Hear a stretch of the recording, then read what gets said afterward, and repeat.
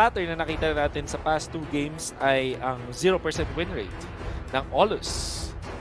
Seems to be favoring the Olos but losing in the end. Ibig sabihin ba niyan ay hindi na ipipick to ng both teams? I myself wouldn't want that to happen kasi knowing both Ryzen at saka si H2, gusto ko makakita ng Assassin Showdown. Flex na nila in their last chance in this series yung kanilang mga assassin muscles. Ban out na lang sila, sure, okay lang. Bailing at Hayabusa pa. You still have the likes of Amon, for example. So, a lot of heroes still na pwede natin makita. Yeah. Today, not so good ang record ni Aulos. Pero kagabi nga, di ba, nanalo yung Omega gamit ang Aulos. So, exactly. There's really something else here. There's something at play. It's not the hero that's wrong. Here's the bans by NEXPLAY EVOS, closing up the first phase. Andiyan yung Lancelot at Esmeralda. Hindi nila magagamit yung mga heroes na yan. And sa Omega naman, it's the Selena. Dahil magaling nga rin naman pumana si Hayes, si Batanon. And we're waiting for one more before we open up NEXPLAY EVOS' draft. Glue? Is Glue gonna see play here? Baka first pick Glue? Makakuha siya ni Oreshi? Maybe? Maybe. Isa sa mga power picks ngayon ng ating SIBOL metagame. At makikita natin dun sa Glue na counter, tinry siyang sagot ng mga teams with like Claude, with Fuzong. The clear-cut answer is the Faramis and we saw that in the previous game. But then again, makikita pa rin natin na kahit mayroong mga counters yung Glue, nakaka-forma pa rin siya. So, I think it still is a very strong first pick. But at the same time, knowing NEXPLAY EVOS, baka ang kanilang actually, they still can get it pala. I'm thinking parang what if they go for the Esmeralda but they themselves banned it out. And ngayon, ang Omega, binan nila yung Edith at Selena. Are they eyeing another Eve pick? That's what I was thinking too nung nakita ko yun eh. So malino naman na Glue is super prio, super first pickable. Pero Omega, if not in these first two, baka last pick first phase. Set up nila yung Eve. But I think they will also try to prioritize. Ewan ko at this point, lalo na wala na si Lancelot, ipipilit mo ba ba assassin kay Ryzen? Kasi kaya nila inusok yung second phase eh, like they did game 1. Yeah. Well, I agree, not in the first phase. And I was about to say Yuzhong yung pwede mag-isagot it. They indeed pick it up. Decent versus Blue, tapos, ayan. Chuck no Heroes na makikita natin. This is what I like. You can see the Chuck no Heroes, the mangilog specialty. Sabi niya, Cadenza, check this out. Check it out. This is how I play it. Seminar ka sa akin ngayon. But, para sa NXP, they can go back to their mages siguro, or maybe fighters, but instead they go for 1-1. I think interesting kasi naban dito in the previous game, but there is the presence of the Yuzong. In all of the marksman na makikita natin sa ating metagame, 1-1 yung medyo kayang pumalag dito sa Yuzong kasi meron siyang ultimate dead for crossbow damage. But kaya niya din takbuhan in a way itong Yuzong. Sicilian, however, ito yung medyo scary. It worked in the previous game. Will it work again in this game? Yun yung tricky. Ang sagot ng Omega, actually, is this Farsa. Great versus 1-1. Decent versus Sicilian in the early stages of the game.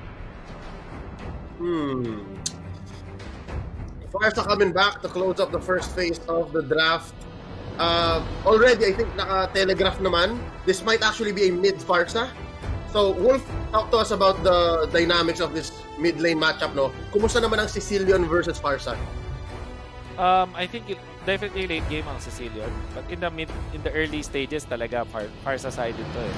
Ganda pa ng combo ng Farsa with the Kufra. Classic yan. And we know na both eto mga si Chakno, ilang laro na nilaro nila with this combo, ilang panalo na nakuha nila, ilang clutch moves na nagawa nila.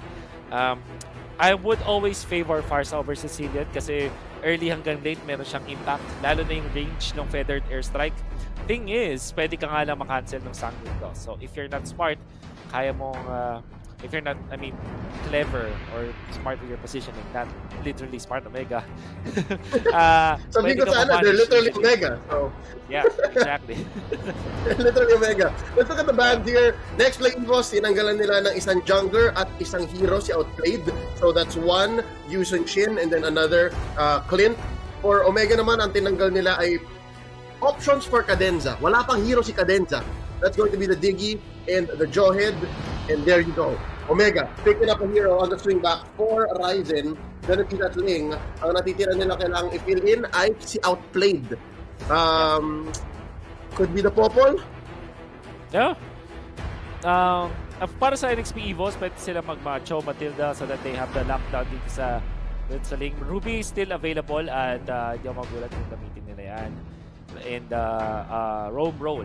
Now, you're talking about heroes for Outplayed. Something tells me na mayroong chance na itong Farsa ay mapunta dun sa may gold lane to play against this 1-1, which will further bolster itong early stages para sa Smart Omega. Then go back to the Kagura para kay Etomax. It's almost the same. Saber! At yun nga, Ruby, as expected. But Saber for the total lockdown. Gusto talaga nilang i-punish tong Ling. Teka, John Paul Salonga. Saber? That's gotta be a jungle Saber. That's gotta be a jungle Saber. Indeed. Proper lockdown. May chain stun sila. Dami nilang stuns dito. And pag na-triple sweep mo, meron kang burst ng Cecilion. All is good in the hood. Gusto ko makita ng Kagura dito na last pick ng Omega. Put everything doon sa Link kay Ryzen and put Farsa kay Outplayed. The only compromise is yun nga, mawawalan sila ng sure late game scaling maliban kay Ling. So nope, they're gonna give Outplayed a more comfortable hero, a more traditional gold laner, especially in this current meta game specifically. It's gonna be the Brody na medyo may sagot naman sa isang Saber. Kung nagkakitaan sila. Again, I think that's what makes Brody so strong in this meta, no? Yung potential niya na sumagot sa mga mangda-dive sa kanya with that second skill. Wolf, after that Brody pickup on Outplayed, anong chances nito? Are we seeing a lot of collapses on the gold lane? For sure. Outplayed? For both teams. For Outplayed, kumpara dito sa, this is going to be 1-1 versus the Brody. Hindi ako piyansa na 1v1 yan sa bottom lane. Still have Cobra, pwedeng Mika to have Ruby. Imposible maging 1v1 yan. Hindi yan mapayapa. Walang mapayapa gold lane dito. Not at all. Specifically against the 1-1. For sure, ang Omega dito inisip, wag nating bibigyan ng proper timing itong 1-1 kasi it will be a problem for them in the end. Kasi although meron silang ways para i-burst down yung 1-1 courtesy of the Farsa tsaka nitong Ling, wala silang lockdown na reliable. The thing with Kufra is, surely maganda siya pang lockdown, pang CC. Pero hindi siya ganun ka-reliable. May chance pa dodge. Lalong-lalo na kasi merong cleanse mechanic, may anti-debuff mechanic at 1-1. Tingnan natin kung ano mangyayari. Early game pa lang ba? Bakbaka na sa gold lane. Let's go into the match. This is game number 3. Sudden death. An elimination is upon us. Next to EVOS versus Omega. And here we see, medyo forward si Etomax sa Chuck no? Mahanap pa agad. Level 1 si Chuck. And you can score it. Hindi talaga mapayama to. And I like it. By the way, something na hindi pa natin masyado na-mention, si 1-1 ay mas magumanda na yung laning against squishy heroes dahil dun sa patch. It was months ago na. Pero ngayon na pwede siya manalo sa laning. Oh no. Medyo nahirapan. Close could have punished on Cadenza pero maka-first blood dito si Etomax na ginamit niya ng Purify niya. So, early on, especially before big team fights, okay lang naman. Pero that's a good start for NEXPLAY EVOS. Yeah, amazing start even. Tapos yung top lane pa ay naman niya yung Brody. That's why I felt, Leo, mas maganda yata kung ifinarsa na lang ng Omega Esports yung top lane. So that, kasi yung laning stage naman ng isang Farsa, hindi naman siya ganun nerf. Kasi more on dun sa ultimate, yung nagkaroon ng problem cooldown with this Farsa. And Brody versus the 1-1, like I said, imposible maging 1v1 to. There will be an influence of the roamers. But in a 2v2 setting, mukhang mas lalamang pa rin yung 1-1 because of the buffs earlier. Nabago kasi yung passive ni 1-1 na hindi na siya percent based yung bonus niya kapag meron ka mga weakness na the proc. more on ano siya, raw damage na siya, which is more effective on the laning stage, particularly early against low HP heroes katulad ng Brody. Yep. So kaya at minute 1 pa lang, no, kanina nakita nating lamang agad nang iingalo na si Outplayed laban kay Donut. So let's talk about the XP lane. That's where people are here right now. That's gonna be H2 threatening the triple sweep na napakasakit. Lalo na full stacks kung tinatamaan ka pa ng shurikens and extra basic attack here and there. Pero false engage yun. Wait lang. Chak Mamba jumping down ato Cadenza, popping the pellet airstrike. Eto Max on the response. Neither team here confident to take the turtle. So medyo madedelay. Hindi siya clean 2-minute turtle. Timing ang hinahanap ng NEXPLAY EVOS at Omega. By the way, naka-inspire etong si Donut. That's why, naka-ulti na niya. Hindi kinaya ng flicker. So, definitely nagulat doon si Outplayed. What happens now is kapag nag-inspire ka kasi, madali mo maaabot yung 5 weakness points. Tapos eventually makapag-ultimate ka. That's why after mag-flicker ni Outplayed, nag-pop agad siya ng crossbow. And now he gets the corrosion sight 3 minutes in this game. 3 minutes, mas mabilis pa sa fast. Ika nga ng mga kids. Grabe to. Look at it, 2.4k. 2.4k in 3 minutes. Ganon kalupit. So ilan yun? 2.4k GPM agad. 2.4k, parang bigyan mo, kunin mo yung farm ni Chakno at ni Ryzen, pagsamahin mo, ganun kalapit. Yung isang farm ng isang hero on Donut. So, an amazing start for NEXPLAY EVOS in their gold lane. Baka maulit ang Game 1 Wolf. Parang ganun, na parang the gold lane will buy time for the rest of the, for even Haze, specifically Lilith. Baka ganun yung mangyari.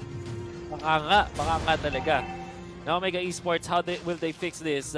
Maganda na yung start agad para sa NXP. But then again, if you're looking at the overall gold, maganda naman para sa side ng Omega Esports. It's pretty decent. With just 1,000 gold lead para sa NXP was still very much doable in this game. However, si H2 meron ng Heptasis. So, iti-take advantage nila yung early snowball nila dito and they will keep on pummeling Omega Esports with this early game item choices para sa NXP.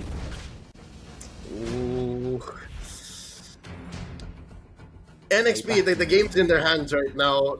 For some reason, laban sa Omega, nakahanap sila ng paraan na kahit mahal yung lineup, nagagawa nila ng paraan. Parang gets nila yung windows ng Omega Esports eh. What about Omega Esports? Talk about Omega. Anong kaya nilang gawin dito? Anong dapat nilang gawin? Wait for the mid-game spike? Nawala na ba yung window nila na mag-dominate early? Well, for me, ang kaya-kaya pa nila na Outplayed went for Heptasis 2. So gusto nilang lumaban, gusto nilang sumabay. Meron silang Dragon, meron silang Yuzhong. And also another way para makapag-engage na properly is this eto mag-shot connection. Sumasakit talaga. Oh, wait lang! Tornapad memory nabitin! Pero ngayon, napa-overextend si Ryzen! He wanted to get that kill on Cadenza pero hindi niya nagawa. Tinalo siya ng 3. Welcome to the jungle sa NEXPLAY EVOS. 3-0 lead. Hirap ang Omega Esports mag-engage. And it's gonna be a free turtle going over to John Paul Salonga. Oh, wait lang, Donut, tatalo nandito.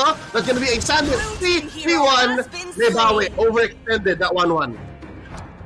Then again, yung kill kay Ryzen is very unforgivable para sa side ng Omega Esports. Sobrang nag-extend sila doon at nakahanda kasi yung triple sweep.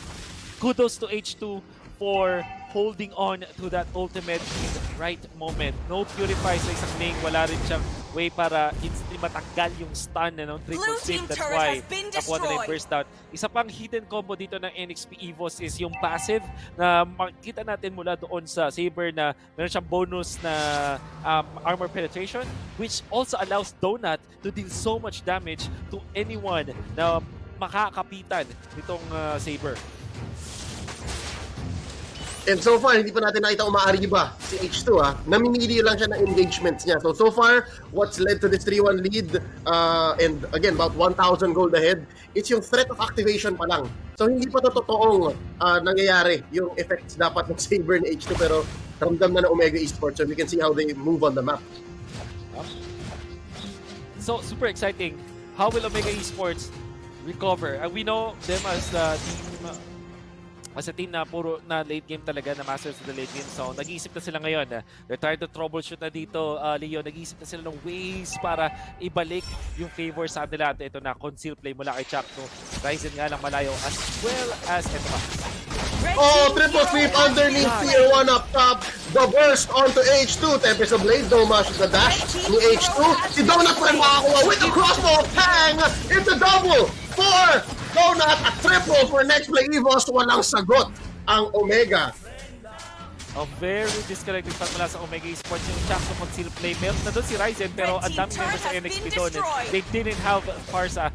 I would have preferred ang Omega Esports na i-activate nila itong si Chakno with the Parsa in there. By the way, ang ganda nung decision doon ng H2 na unahin si Brody. At nakakuha nga siya ng triple shift kill. Eventually, giving Donut 2 kills on very important heroes ng Omega Esports. Oh! Look at the swing back. Wolf, naghanap ka ng bawi and there you go. Kapitan Etomac serving it up right there, right after we get back from the live, from that replay. Playing live right now. May bawi doon. 2 for 1 though. Mahal pa rin. Binibigay pa rin nila si Chakno, pero, you know, you try to recover where you can. That's gonna be a free turret though, down bottom for NEXPLAY EVOS. Red team turret has been destroyed. Economically speaking, mukhang nakakalamang ang NXP EVOS with 2 turrets. They have taken at overall, meron sila 2.3k na lead. But then again, that's the combo that you're looking for. Oh, not enough damage. I wonder, kasi may tenacity. Actually, hindi siya naka-tenacity, but wonder kung naka-Athena shield na itong si Cadenza. That's why he was able to, he managed to survive that. He dominance eyes and just the magic boots. Yeah, warrior boots. Tough boots. On the way ang kanyang Athena shield. So again, NEXPLAY EVOS, they're so ahead. NEXPLAY EVOS in control. Naghahanap sila dito. Death Bush not gonna look good for Omega Esports. Magre-retreat sila doon habang sisimulan na itong 8-minute Lord.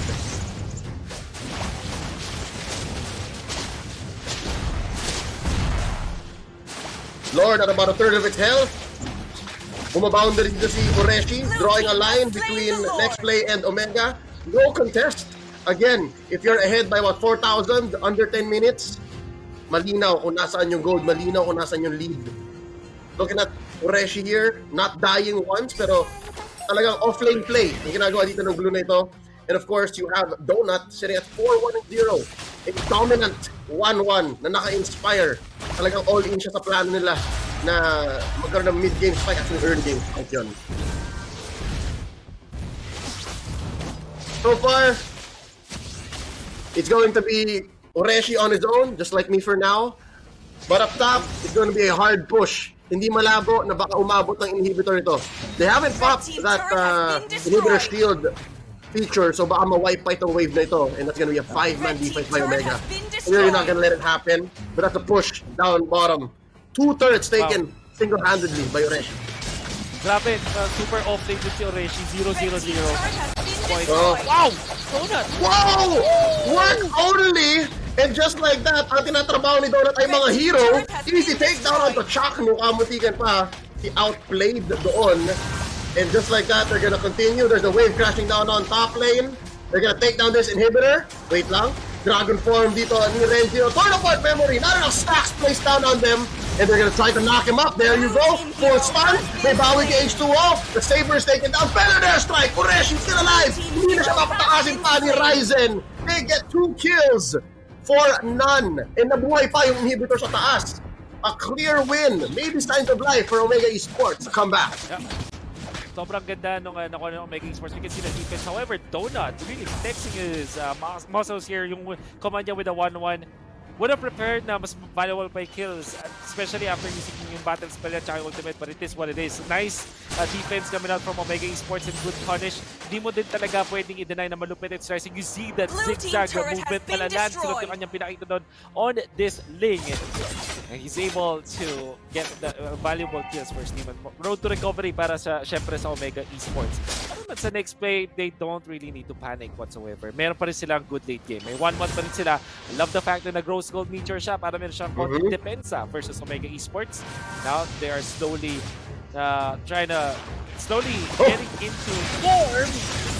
Sandwich play. They were looking for a counter engage pero sila ang na-sandwich ng NEXPLAY EVOS. 2 free kills, outplayed in the middle of 3. And eventually, Chak, nung hindi na kinayanan yung barrage ng NEXPLAY EVOS. And that's going to be another threat of a push in mid. I don't think even Ryzen would dare fight Donut 1v1. 6-1-1. And you see yung combo nung 1-1 pati nitong Saber, look like hindi yung tank yung chinred nila doon. Sobrang bilis. Like I said, the passive, which is armor penetration para sa Saber, all stacks up together. Ganda ng pag-guys rin doon kay Chakto. Then eventually the first down doon kay Brody didn't even stand a chance against NXP EVOS. At merong Lord. Second Lord na napakalinis na nakuha ng NEXPLAY EVOS. Truly, taking advantage of their lead. Ang gusto natin din sa NXP EVOS, they're holding on. For sure, yung top lane, pwede mo siyang i-attribute as a stumble, but so far, everything that NXP EVOS is doing right now makes total sense. Yep, and if anything, yung top lane, pwede mong sabihin nag-decide sila na team fight na lang para baka rectang ang finish eh. So, kita mong merong ambition, kita mong may plano. Yep, kita mo yung plano, but now I think slowly but surely ang gustong gawin ng NEXPLAY EVOS ulit. Up ang lahat ng battle spells, up ang lahat ng ults, and it all comes down to this. Ang plano ng Omega Esports will take them here, sa ating base. Pero sa harap ng isang Luminous Lord na may sabihin nating enhanced attack into the turret, something's gotta give. That's the inhibitor up top going. Red team base turret has Grabe, been ganda nung destroyed. pagkakasabay-sabay ng lahat ng lanes ng NXP EVOS. Looks beautiful. Now, they have taken yung top lane dahil may Trigger. Sabay-sabayang pagbasag. Pero again, you can never discount the clear on a fire sa kahit nahirap si Kapitan Etomax 1, 2, and 3. Ang daling buildan ng depensa ng Omega. As in, isip ka lang na isang magic defense and then all physical. So it's tough to be Omega right now. So, ang maganda dito, I honestly thought na masyado maging Feather Strike pero naubos din pala yung mga minions so they still can engage. Nanakaw yung orange buff, nabigay sa 1-1 with this buff right na na-update siya. Then again, the fights just dancing between both teams. So, I just wanna say, yung orange buff ngayon na nadagdagan ng penetration, valid na siyang i-consider na ibigay sa mga gold laners in the latter portions of the game. Obviously, dahil ang NXP ay sobrang ahead na ngayon at kinokontrol nila yung mapa, binigyan nila ng orange buff etong ating 1-1. At masakit to in the latter portions. Oh no! Dive underneath their inhibitor in mid. Rendio's gonna fall. Etomax gonna fall. Ryzen, hindi nakakayanin pa. That's gonna be a double kill for Donut. Ladies and gentlemen, this rivalry is close to coming to an end. Outplayed. May stack siya na lang natitira. Game 3 goes to NEXPLAY EVOS. Omega Esports is eliminated from the National Team Selection Tournament. There's something today, Leo, that tells me na araw yata ng mga rookies and Outplayed showcased yung kanya